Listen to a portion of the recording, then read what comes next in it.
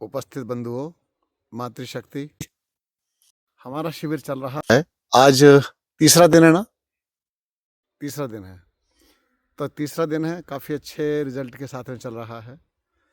और ये ऐसा रिजल्ट कि जो अमेजिंग है, मुझे अपने मुंह से नहीं कहना चाहिए, फिर भी क्योंकि जो हो रहा है मैं उसे अनुभव कर रहा हूँ। लोग बता रहे हैं अपनी अपनी कहानियाँ, और जब अंतिम दिन आएगा तो आपको लोगों के रिव्यू सुनने को मिलेंगे, हम बताएंगे। और शिविर कहाँ चल रहा है जानते हैं? जो दृश्य आप देख रहे हैं मेरे आसपास, बस यहीं पर ये सब चल रहा है।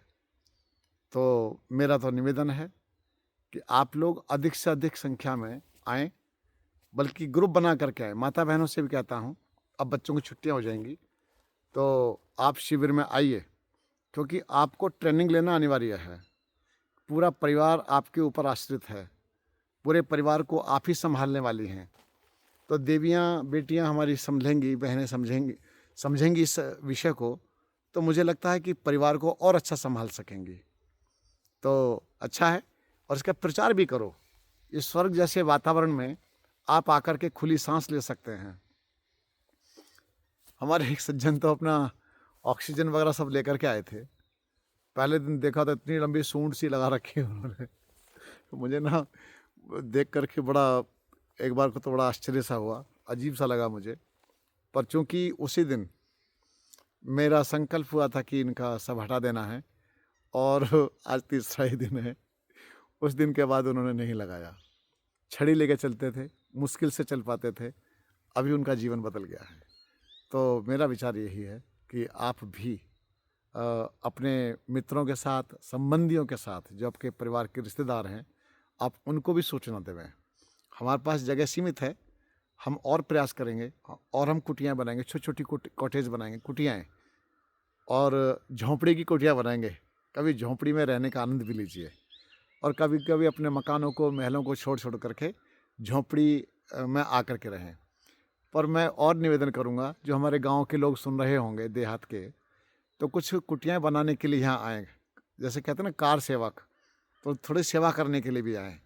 आप सेवा करेंगे तो मुझे और उत्साह बढ़ेगा, मैं अधिक से अधिक संख्या को अधिक से अधिक लाभ दे सकूँगा। देखो मित्रों, बंधुओं, मैंने आपको पहले ही कहा था कि धन कमाना मेरा कोई उद्देश्य नहीं है। मुझे कोई बड़ी रिक्वायरमेंट मेरी नहीं है ही नहीं कुछ भी। ये इतना भी कर रहा हूँ तो सिर्फ आप सबके लिए। छोड़ भी सकता हूँ, छोड़ने में मुझे जरा सी देर लगती है, पकड़ा भी नहीं है। कर रहा हूँ क्योंकि विद्या मेरे पास है, मेरे गुरुजी का ऋण है मेरे ऊपर, इसलिए मैं लगा हुआ हूँ। तो कुछ धनी मानी लोग, मैं दान तो मांगता नहीं, मुझे नहीं चाहिए आपसे। अगर आपका मन करे तो इस आश्रम में आकर के देखो पहले। और यहाँ कुछ ऐसी कुटियाँ हैं छोटी छोटी, जो 1-1 लाख में ही बन जाती है मेरे विचार से, और ऐसी लाइन से बनाते चले जाओ छोटी छोटी कुटियाँ हैं, जिसमें केवल 2 लोग रह सकें। तो अच्छा है, आप सहयोग करेंगे तो मुझे और काम करने में आनंद आएगा, उत्साह बढ़ेगा। नहीं तो फिर क्या होगा, मैं छोड़ ही दूंगा। और रही बात सेवा की, क्योंकि हम ऋषिकेश में शिविर लगाते थे, यहाँ भी लगाते थे, खर्च तो पहले से होते हैं काफ़ी। अब गोवा की स्थितियाँ अलग रहती हैं, तो 12,000 हम शुल्क लेते थे। शुल्क से मतलब सहयोग राशि। इसका एक दिन का ही पता है कितना कितना पैसा लगता है। तो एक दिन में ही काफ़ी धन खर्च हो जाता है। मेरी ऐसी कोई भावना नहीं है। हमने तो उसे भी घटा करके 12,000 से 7,000 कर दिया। 1 से 7 मई तक हमारे लास्ट शिविर है, और लगातार शिविर हैं। तो अभी यही शुल्क रहेगा, 7,000 में ही हम सेवा देंगे। और अगर संख्या हमारे पास बढ़ती है तो हम कुटियाँ और बढ़ाएंगे, आपको सेवाएं देंगे।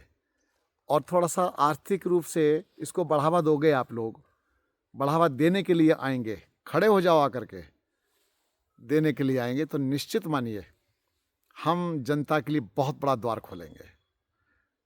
मैं फ्री भी करना चाहता हूँ, फ्री भी कर दूंगा, एकदम निःशुल्क।